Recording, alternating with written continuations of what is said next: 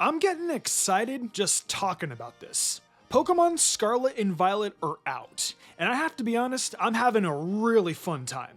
I had my few doubts in the beginning, but surprisingly, I'm loving it. I'll get into more details about my experience with Scarlet and Violet a different time though.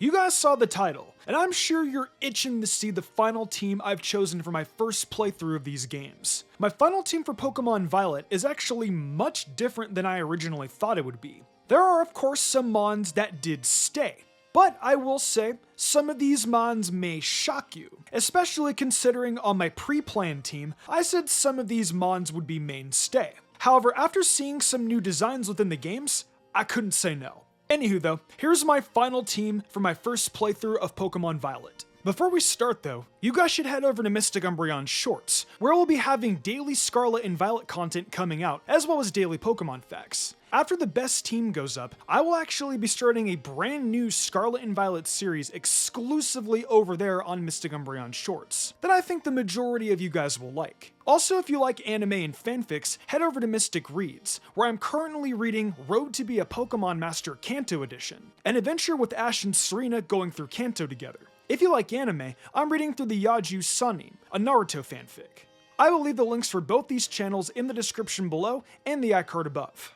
Starting off this team is of course the Pokemon you knew I was going to be picking, Sprigatito.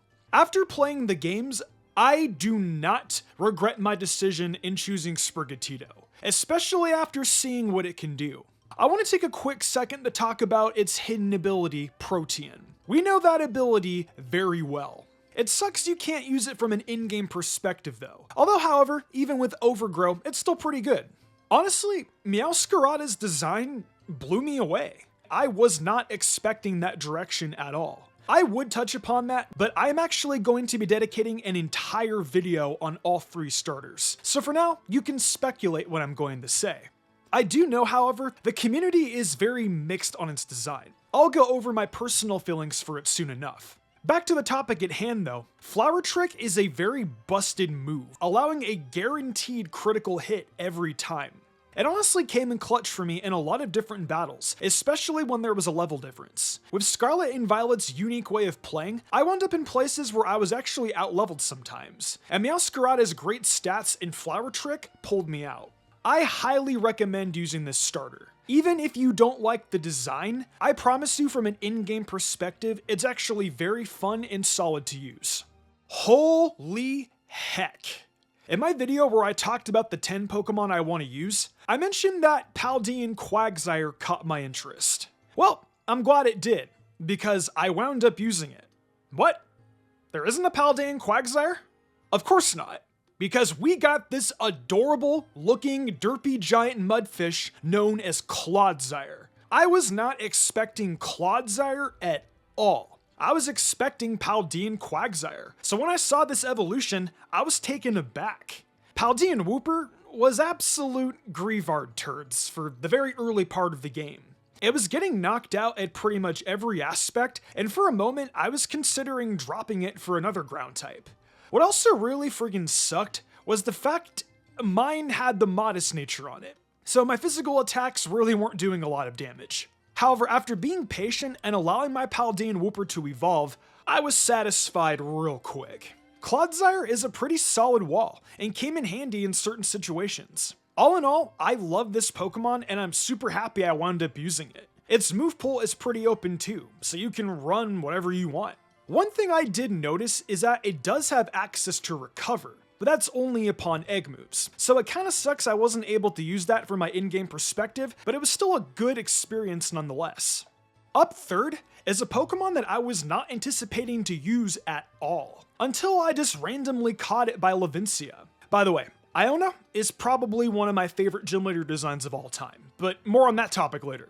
As I was walking by Lavincia, I stumbled upon an electric bird-like Pokemon named Wattrel. From first glance, and being one of my favorite animals, it kind of looked like a puffin, so I of course caught it.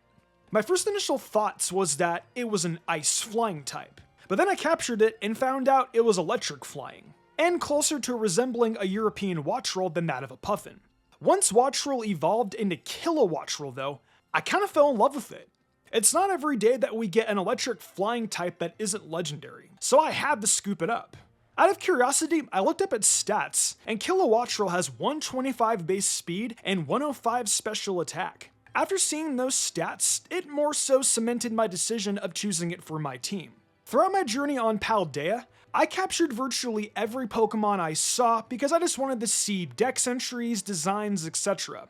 Wattrel was one of the Pokemon I fell in love with. I also find it really cool that an electric flying type is by the ocean. It must really dominate the water habitat and can feed on its prey pretty easily. Kilowattrel isn't the only surprising mon that showed up on my team though. You guys just wait, the team gets better.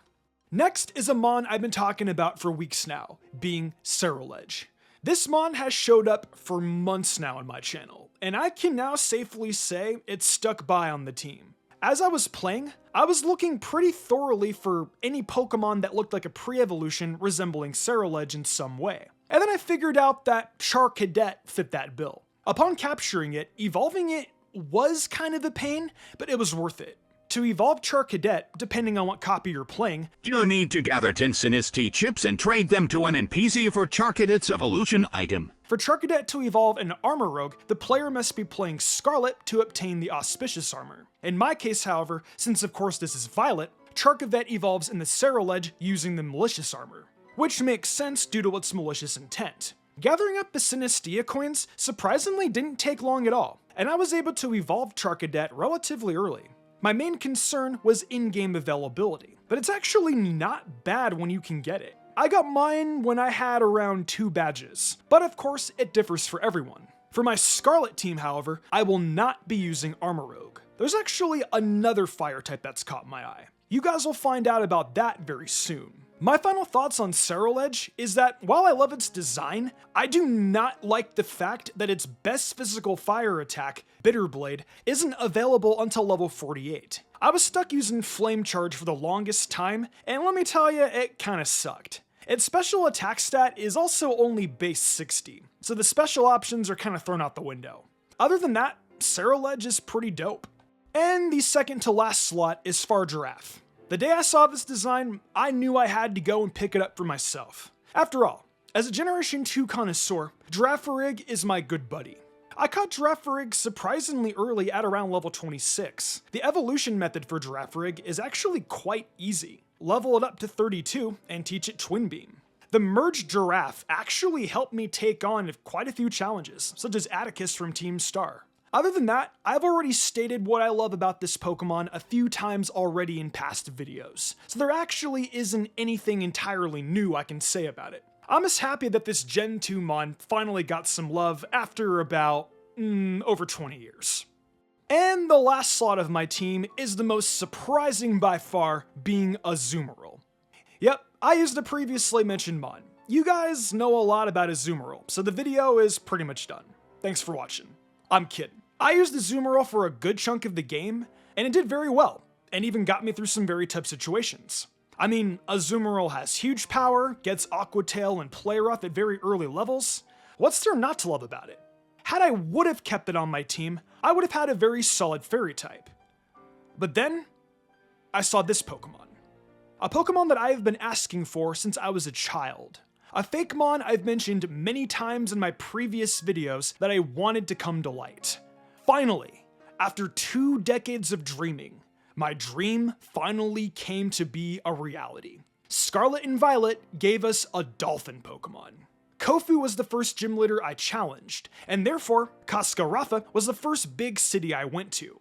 I saw an NPC just casually have Finizen out, and my reaction was priceless. My mom actually came out and outright said, "Wow, that Pokemon is really adorable," and my mom doesn't even play Pokemon. After seeing it, I had to get it for myself. So I found one just chilling outside of Levincia, and thus the journey began. After capturing it, I realized that Finizen does have an evolution, Palafin. I looked up Palafin's stats, and yeah, I was a tad disappointed. But I looked into its ability, Zero to Hero, and found it had the power to turn into this. Aquaman, you have been replaced. I'm not super sold on its hero form design, but I like the approach they took and the bustedness that does come with the hero form. Bottom line, there was no hesitancy when I swapped out Azumarill for Palafin. I don't dislike Azumarill at all. It's just, when you're playing a brand new Pokemon game for the first time, you want to try something new.